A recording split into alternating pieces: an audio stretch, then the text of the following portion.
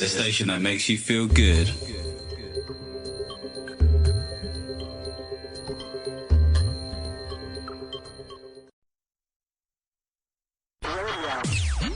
UK Health Radio. The station that makes you feel good.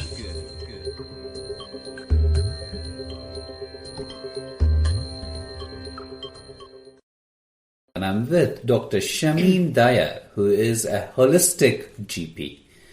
Dr. Daya graduated from the University of Southampton in 1980s and then did a diploma in obstetrics and gynecology, worked for NHS, and I'll let Dr. Daya tell, why did you come out of NHS and started your own method of holistic general practice? Thank you.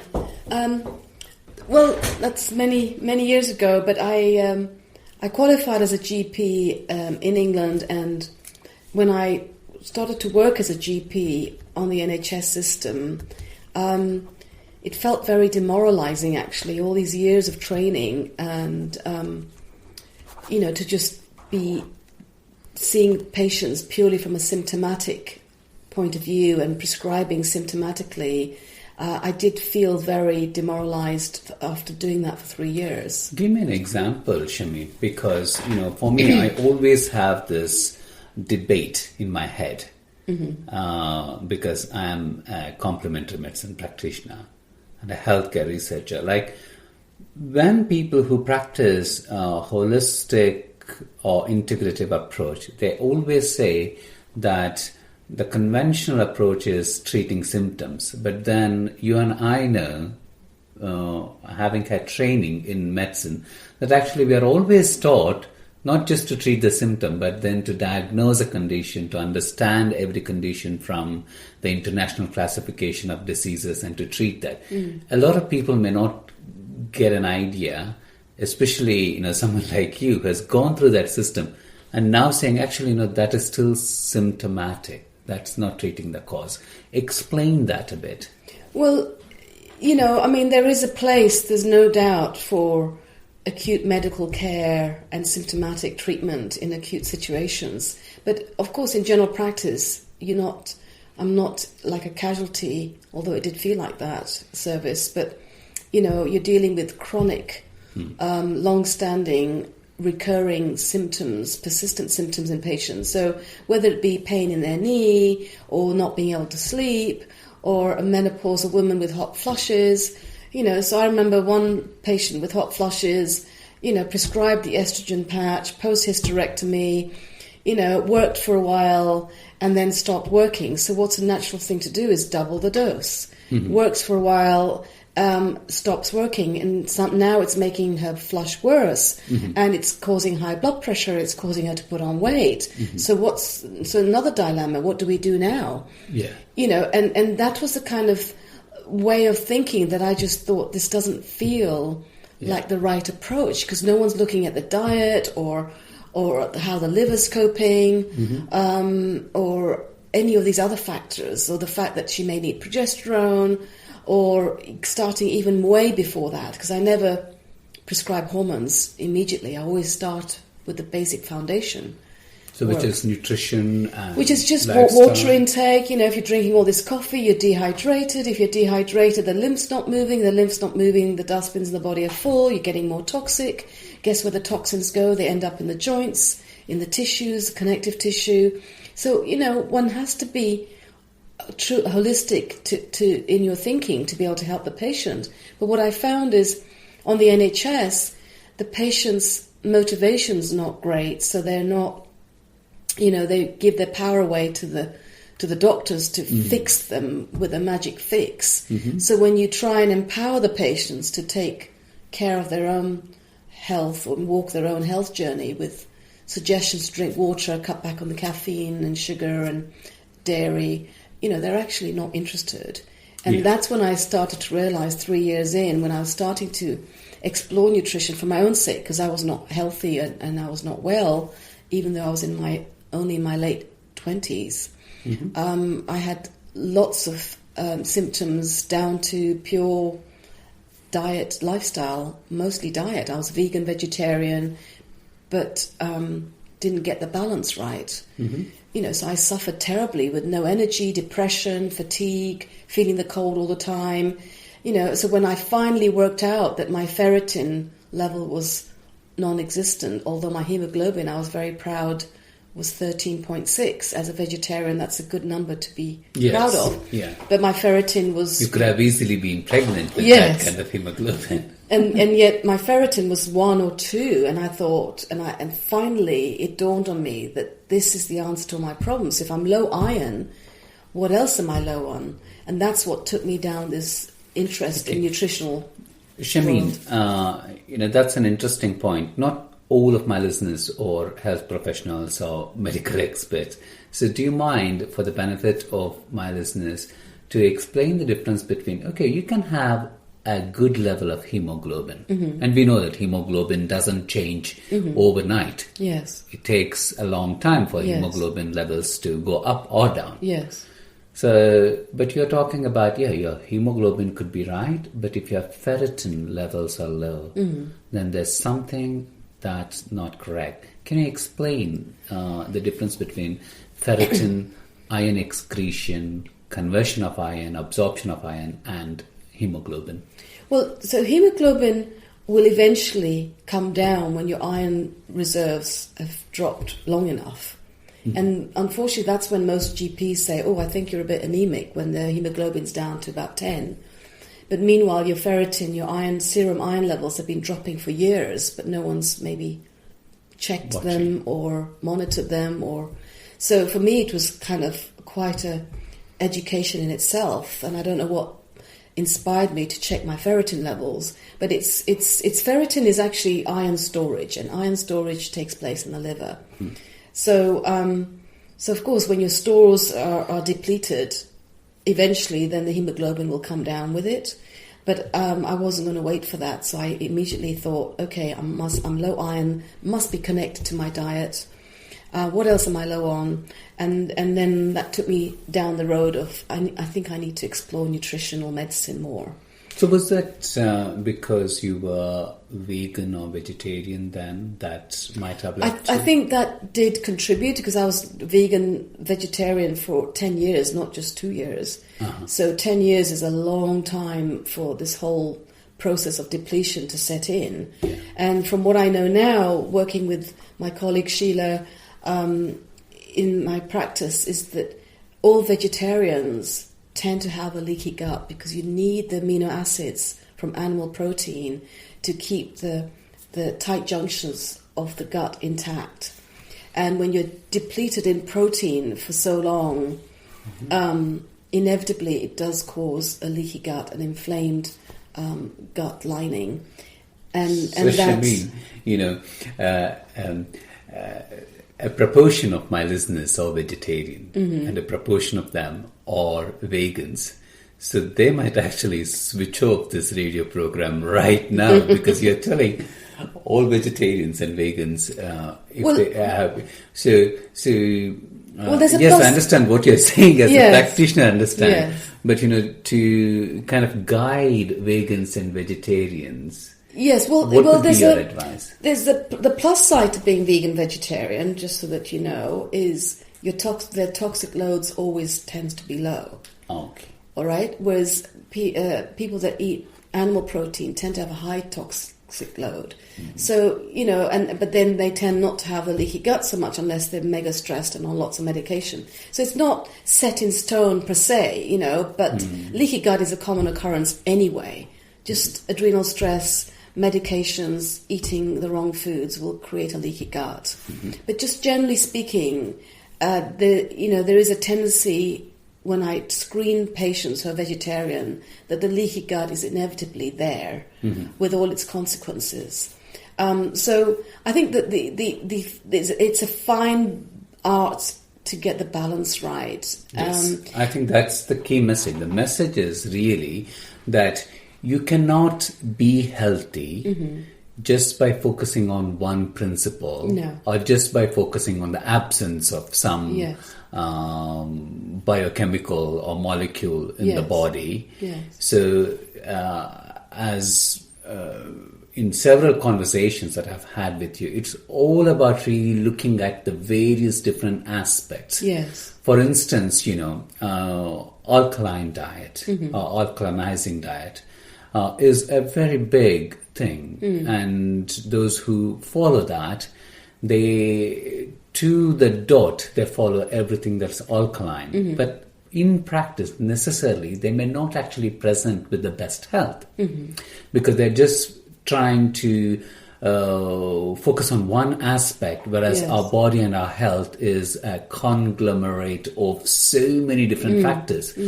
So I'd like to ask you a question, Shameen, about this acidity and alkalinity. What's your observation of these two aspects as the guiding principles for health and ill health? Well, like you say, it's so much more complex than just a simple straight line. Am I acid? Am I alkaline? If only it was that simple, but it's not. Acidity is appropriate in the stomach, for example. The stomach needs to be more acidic in order to digest food. It's not normal to have high acidity in the connective tissues, for example. So when people say I'm drinking alkaline water and my pH saliva is alkaline and urine is alkaline, so I must be healthy, again, for me, is very short-sighted because it's not the only parameters that determines health. So when my patient shows me or I test them and they show to be very alkaline on the saliva, that concerns me because if your pH is above, say, 6.4, and the further away from 6.4 it is in the saliva, it tells me you're not digesting food very well. Do you just want to remind our listeners of neutral pH, which is water, to alkaline and acidic, just so that they kind of get the picture of the numbers? So a normal pH is... the urine and saliva we're aiming for is 6.4. Yeah. So acidic is anything lower than that, and the further you go lower, like 5.5 is quite acidic. And then anything up to 8.5 is quite alkaline. From 6.4 to 8.5. Yes. So you're wanting to aim for 6.4, 6.6. That's kind of acceptable as a healthy range. So, when people take sodium bicarbonate or they drink alkaline water, my concern is, what are you doing to the stomach acid? You're almost interfering with the digestive process. And so when they present to me and I take a saliva pH and it's very alkaline, even if they're not trying to be alkaline, it always gives me a clue that they've got a terrain in their body that's conducive to infections. Because if you don't have the right pH at the stomach level, then you're inviting a whole host of co-infections, parasites, whatever, bacteria, helicobacter to multiply and grow. Yeah, I understand that because, there is this concept of acidity or symptoms of acidity that are triggered by a condition called hypochlorhydria, which is because of the lack of hydrochloric acid that actually has the same symptoms as gastric reflux. And that's what you're talking about. If there is enough acids, then it is not really going to break down the food. And from a more naturopathic perspective, it's going to lead to this fungal environment. And that becomes the breeding ground of infections and toxins. And as you know already with Ayurveda, the digestive fire is crucial. It's the beginning point of the health journey and the beginning point of the disease is that agni, that digestive stomach acidity, ability to digest and process food is absolutely everything for health. So what's your advice, Shameen, to people who are constantly trying to alkalinize their body by actually, I mean, it's one thing to have more alkalinizing food, but to have alkalinizing agents in their drink. I think that people should be careful what they're doing. The first thing to point out is chronic adrenal stress will cause tissue acidity no matter what you do on a surface level. So we all are adrenally stressed for various reasons, just living in this modern world today. So, just be mindful and aware that adrenal stress is a big one. What are the symptoms of adrenal stress, or what are the signs of adrenal stress? Adrenal stress, people probably recognize, they don't sleep, they don't want to get rested sleep, they're addicted to coffee, addicted to stimulants, and sugars, they're living in the fast lane, multitasking, and you can combine all that with lack of good quality sleep. They've got an addictive personality. They tend to be perfectionists. It's almost like losing adrenal personality. Yes, losing yourself in the wrong direction. And like I said before, it's like focused on perfection takes you away from just living your life with joy and passion. Or just living your quality or your skill. It almost paralyzes you when you need to be perfectionally driven. But having said that, the perfectionist in some of us actually serves us in many ways in our jobs and getting things done. And I know myself, being a medical doctor, running your own clinic, there needs to be a bit of that quality in that trait. But I can put my hand up and say, yes, I think I was adrenally burnt out from when I was training in hospital, long hours, some weekends I would not get any sleep at all for 3 days in a row and then crash out. And I think I could only do that because I was in my 20s. And I think I used up precious reserves then. So just be mindful of the adrenals for every reason.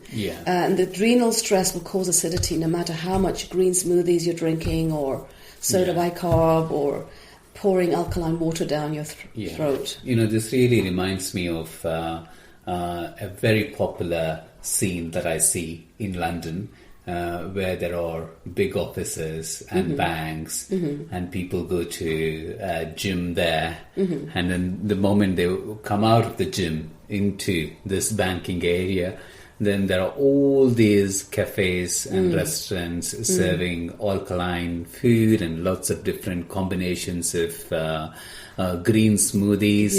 And, I can imagine because we respond to healthy messages.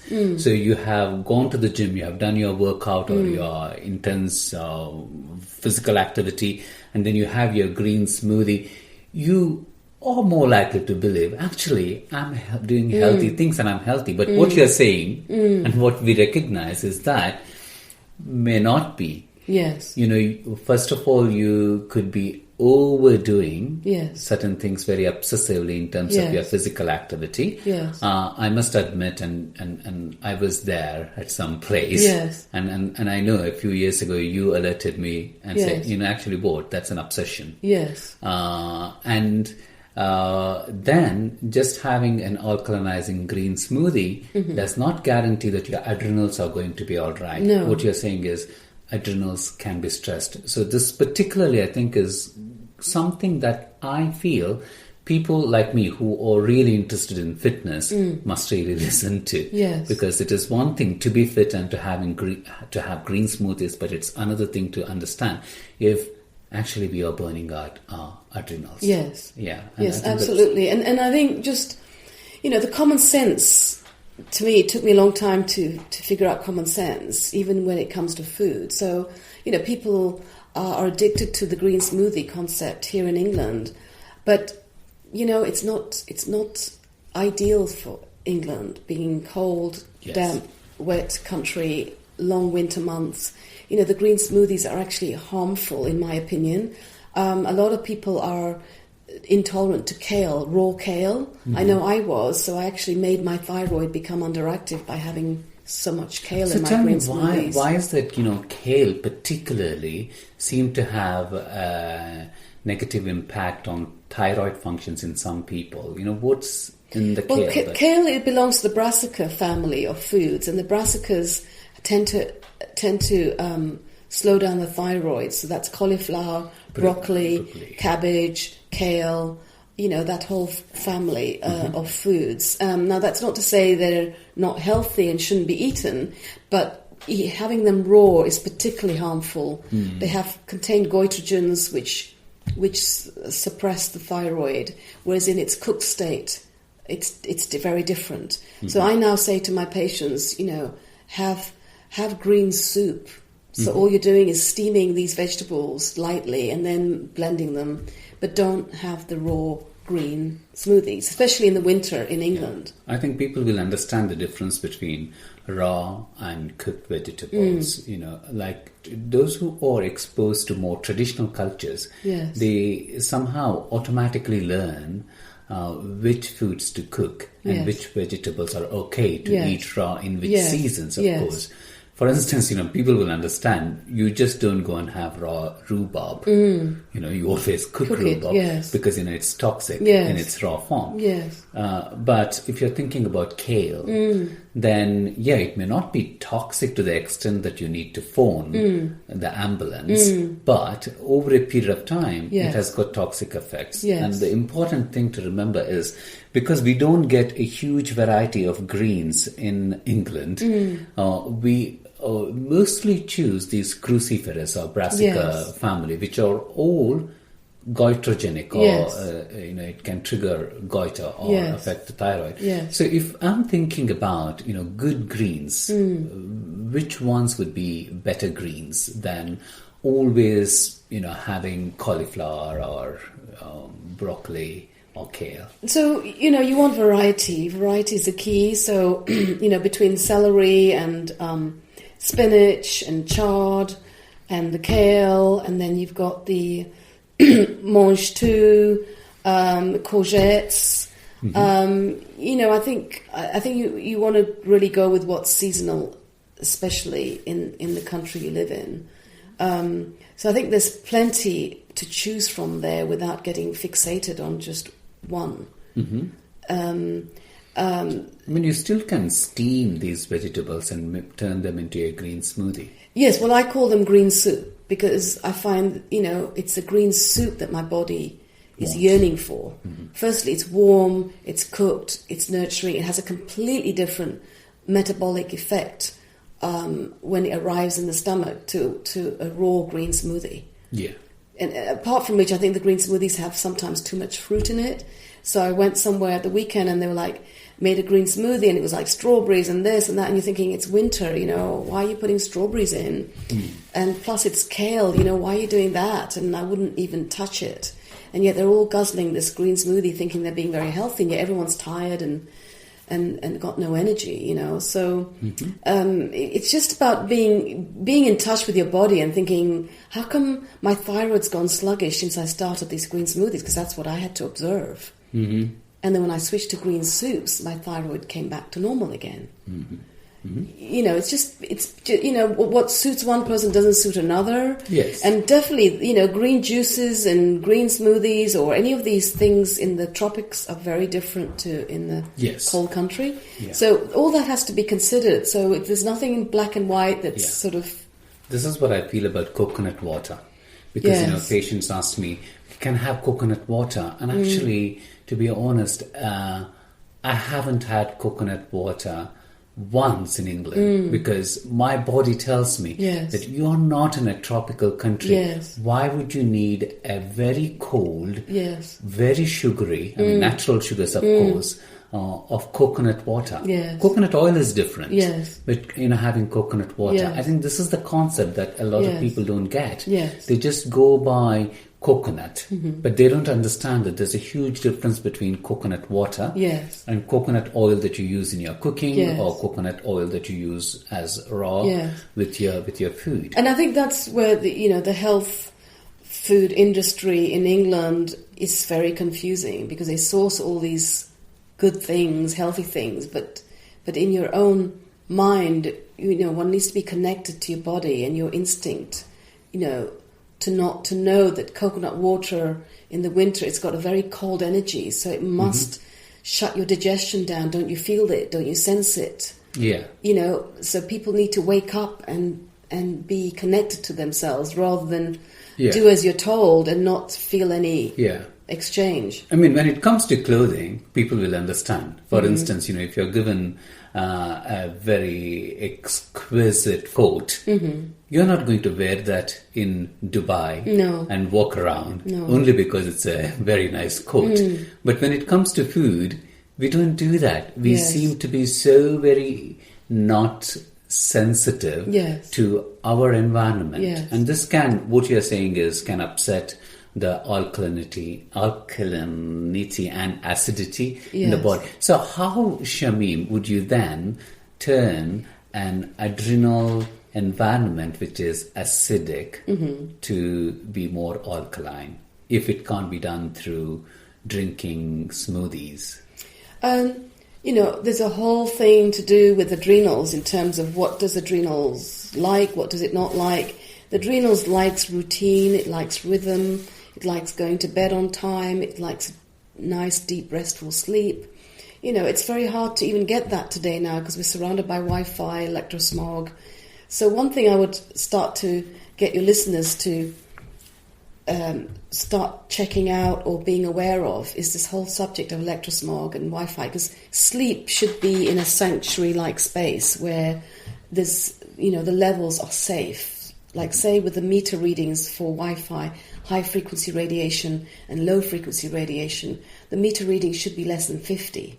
Now I got my meter readings done, I live in London, and the high frequency was measuring 1,750. So what's this meter? It's a meter that you can buy your own meters and check it out yourself, or you can get somebody to come and do a home assessment, which is what I did. And I was told by assessing my bedroom, because that's the key place in your home to get right, 1,750 on high frequency radiation, which is Wi-Fi, and 1,350 on the low frequency radiation, which is all the dirty electricity, all the electricity in the flat. So being sandwiched between 1,350 and 1,750, there's no way I can get restful sleep. And as we know, in sleep, a lot of things happen. The adrenals get recharged, the liver does its detoxification during sleep, the lungs do its clearing in sleep during those sleep hours. So, to take care of the quality of sleep is so important. And I have to say and encourage your listeners to now, to open your eyes and ears to this whole subject of Wi-Fi electrosmog, because it is a big, increasingly getting worse issue that is having a big impact, not just on our adrenals, but our nervous system, our ability to heal or not heal. So I followed this through, because obviously when you're presented with these horrible high readings, the first instinct is, what can I do about it? And it was good that this person that came to do the home assessment for me just reminded me it's only the bedroom that needs to be corrected, because that is the sanctuary space. Yeah. And it's so true. So I went ahead and did what was required with the shielding, painting the ceiling and walls with the special shielding paint, special fabric to cover the windows and the door, and the mesh on the floor to protect me from the neighbors' stuff. And I have to say, I feel very privileged and honoured to have sleeping better. Well, I never had a sleep problem, but I was not getting the healing sleep, the restful sleep, because my nervous system was being jarred so chaotically. Frazzled is the right word. And sleep. You have to be calm. And, you have to have an environment of calmness in order for sleep to do its job. Yes. Yeah. And so I feel very privileged and honoured that I have secured my sleep sanctuary space despite being in the heart of London. So, I like to focus on the good news and the solutions to problems. Otherwise, one can get very depressed about the situation. But there is a solution. It's doable. And I encourage your listeners to consider that, because that will impact how your adrenals are. Yeah. How you can cope with the day. So I come into the day, into central London, I get truly frazzled, but I know when I go home I get 8 hours of really good quality sleep. And it's so important also to keep the mobiles away. Absolutely. And any phone I would have connections or no laptop electric devices in your bedroom, no mobile phones. I would get a old-fashioned battery-operated alarm clock. Yeah. You know, you really have to go out of your way to make good the world we're living in. Because, there's research which shows the light that's emitted from these devices are picked up by the skin. Yes, absolutely. Not just by your brain or the eyes, but it's picked up by the skin. Yes. So you're constantly in a stimulating environment. It's almost like, a lot of people, they no longer notice the difference between normalcy and jet lag. Yes. Because I remember, say, 30 years ago, if somebody traveled on a long haul, without a doubt, everybody would experience jet lag. Yes. And they would do some things to get over the jet lag, to adjust with the change in time zones. But you or Shamim nowadays, people, because we are so used to traveling, or we're actually addicted to traveling, that actually people say they don't really notice the difference between jet lag or not. That is not to say that they're not jet lag. Actually, the system is so out of balance, they actually can't feel the difference. It's a little bit like, when the body is so much out of balance, actually you don't notice it. That's what you're saying. When you make an effort to stop everything that might be putting pressure on your body, the first thing is your body starts to become sensitive to notice not just the negative things, but also the healing effect. That's what you're talking about. And Shamin, a few months ago when I visited your clinic, you were showing me a refractometer where you took the urine sample and the saliva and you measured the difference between the pH values. Was that the pH? No, the sugar levels. Yes. And can you tell me about that? Because I found that very interesting, because that's quite an interesting concept in addition to understanding alkalinizing environment in the body or not. Well, the refractometer was used originally to measure sugar content in jams and wines, etc. But it's actually very useful to measure the total sugar content in urine. And that's what it does very well. And that's quite different to measuring glucose. Glucose is a very specific sugar. But the refractometer measures total sugars. So, for example, it took me a while to realize why in the afternoons I would have this energy slump, because I was so busy drinking all my water, plain water, between waking and the end of the day. So come 2 o'clock in the afternoon, I'd probably drunk a good litre of water, if not a bit more. And so what you're saying is this is you were overhydrating yourself? Yes, so by drinking water, you're kind of diluting the sugars, so that when I discovered the refractometer, I would then measure my sugar in the urine. So at, say, 2 o'clock, my urine sugars would be measuring about 3.5, which is kind of good, average, acceptable. But then come 5 o'clock in the afternoon, it would suddenly drop to 0.7 or 0.2. Now that's far too low. And when the sugars drop that low, it's a stress on the adrenals. The adrenals have to kick in to mobilize sugar from glycogen stores and do all sorts of other things to get sugar levels up from somewhere.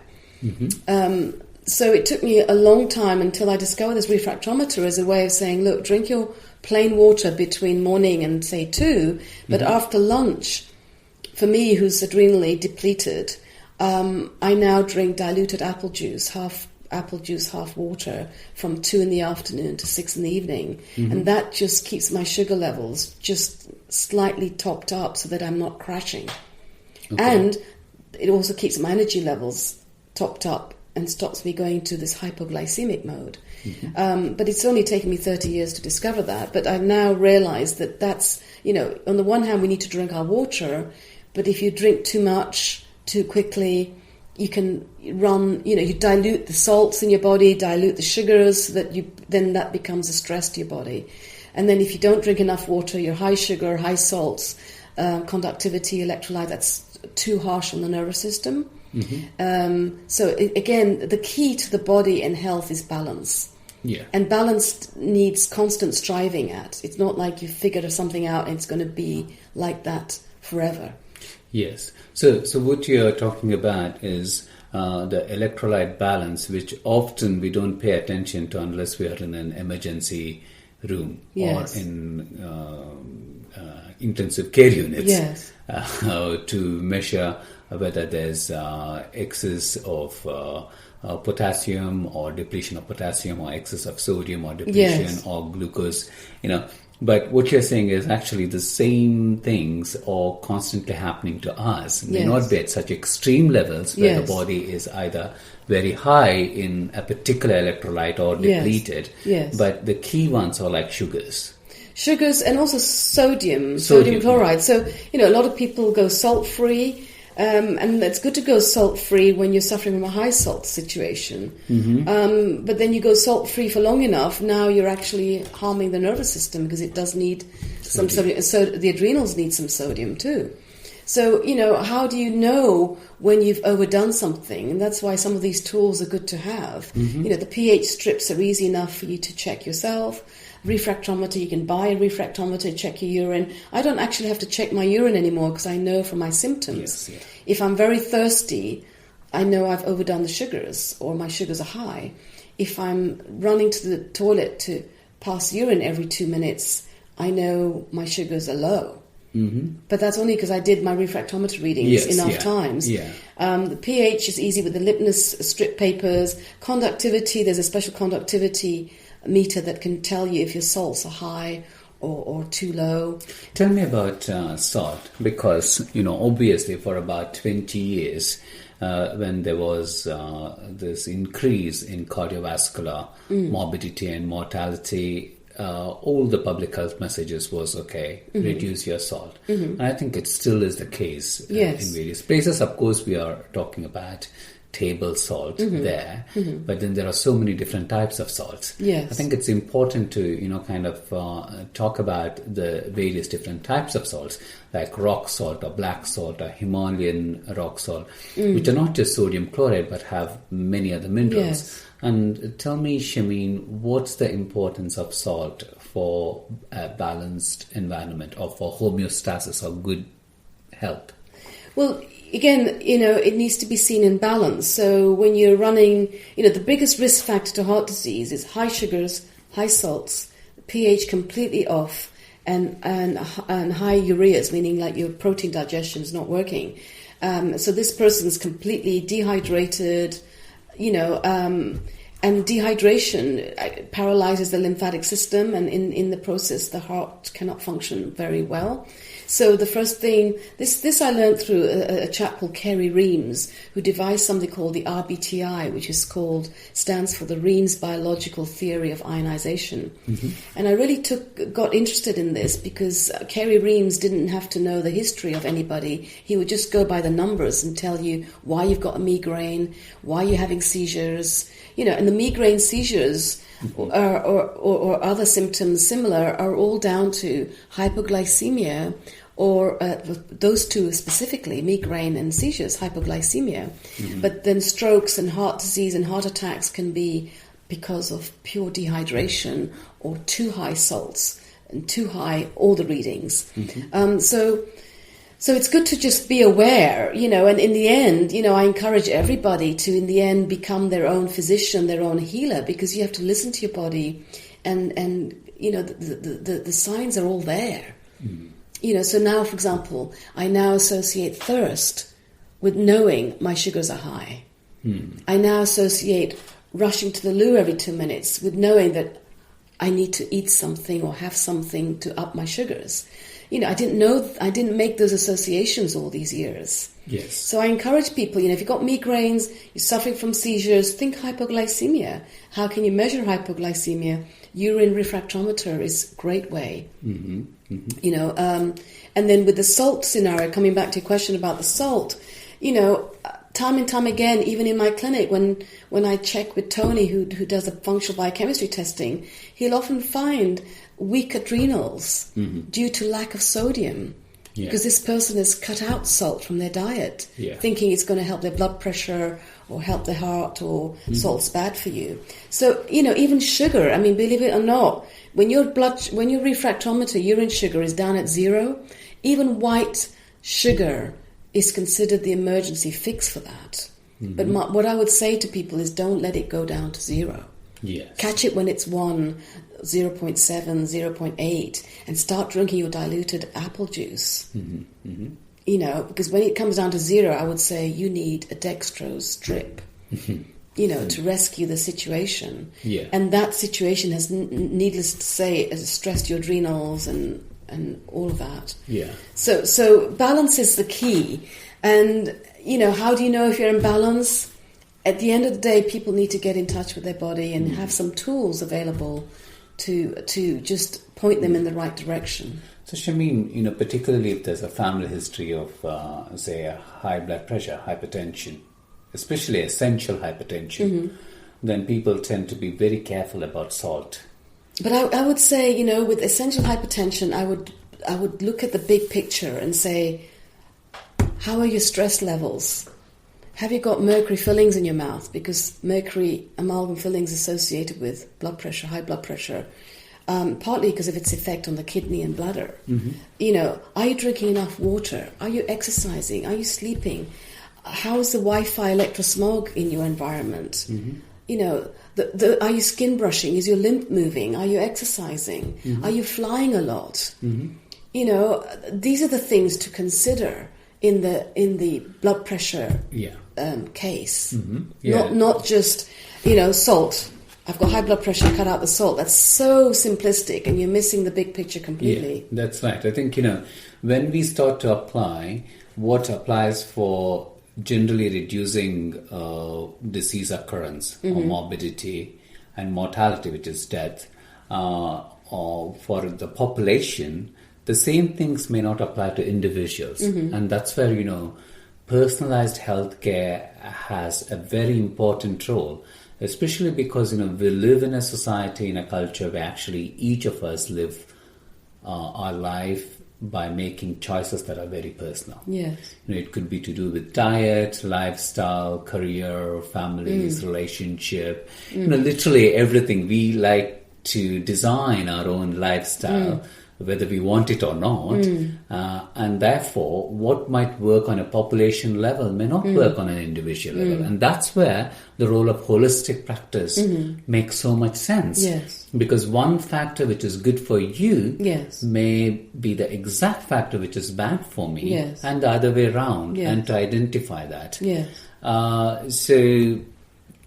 Shamim, we are almost coming to the end of this episode. So the main things to recap are that, you just can't focus on one aspect, being vegan or paleo or vegetarian or following Atkins or ketogenic or just following an alkaline acidic diet or just by measuring one thing like your pH levels, but you would have to take into consideration the entire picture. Yes. And of course, then that has its own layer of complexity, like measuring your pH values, measuring your sugar levels, which is your total sugar, not just the glucose as you mentioned, and to find out if your adrenals are stressed or not, and whether there is enough gastric acid or gastric secretions in the stomach to digest food.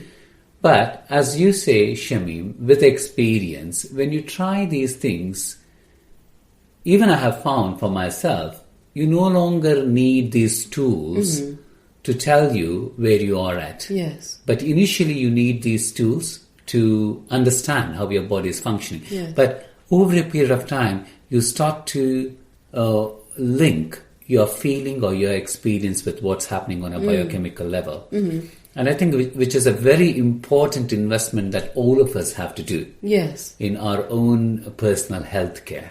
And that's why I would say to anyone, including your listeners, start on a general level before getting too specific. like measuring pH and sugar. Start general. What I mean by that, secure your sleep space, do your skin brushing, drink more water rather than the dehydrating drinks. Have your main meal more at lunchtime. Don't eat late in the evenings. It's hard on the digestion. A lot of these things are just common sense, but Yes. it seems common sense is quite lacking today, or people need help with that. Yes, yeah. I think that's because, we have become consumers of information. I'm not trying to patronize or generalize, but, it is so easy when you have information just delivered to you in very impressionable ways, Yes. just to consume it. Yes. But then it's so important to be self-reflective. Yes. And I think, what I hear more and more talking to you and talking to other medical experts and scientists is that, there's a place for wisdom. It is not always about science. Yes. Yes, of course, science is important to explain how things happen, Yes.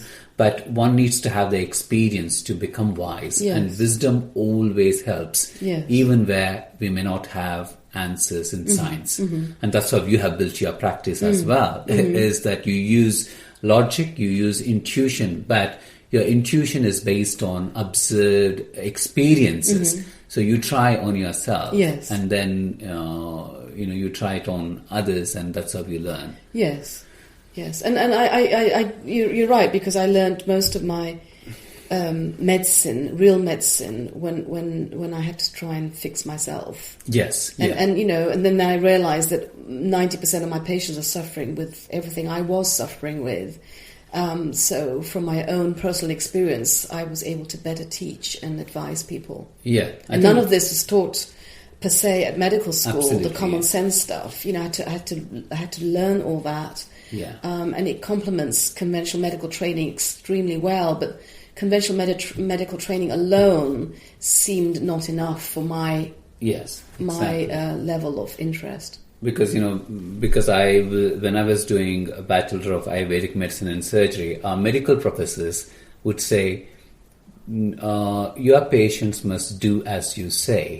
Whereas my Ayurvedic teachers would say, your patients must do as you do. Yes. So in the sense, Yes. my Ayurvedic professors would say, everything that I teach here, Yes. if you haven't experienced it yourself, Yes. do not administer it to your Yes. patients. Yes. Whereas in medical profession, because it's driven by technology, that actually there is a huge distance between Yes.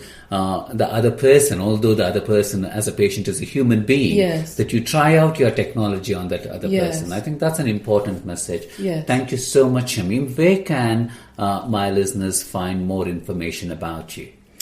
They can visit my website, which is www.holisticmedical.co.uk, and it's holistic spelt WHOLISTIC medical.co.uk. Thank you. Thanks, Shamim. I'll be speaking to Dr. Shamim Daya on other topics in the future, so do stay tuned. UK Health Radio, the station that makes you feel good.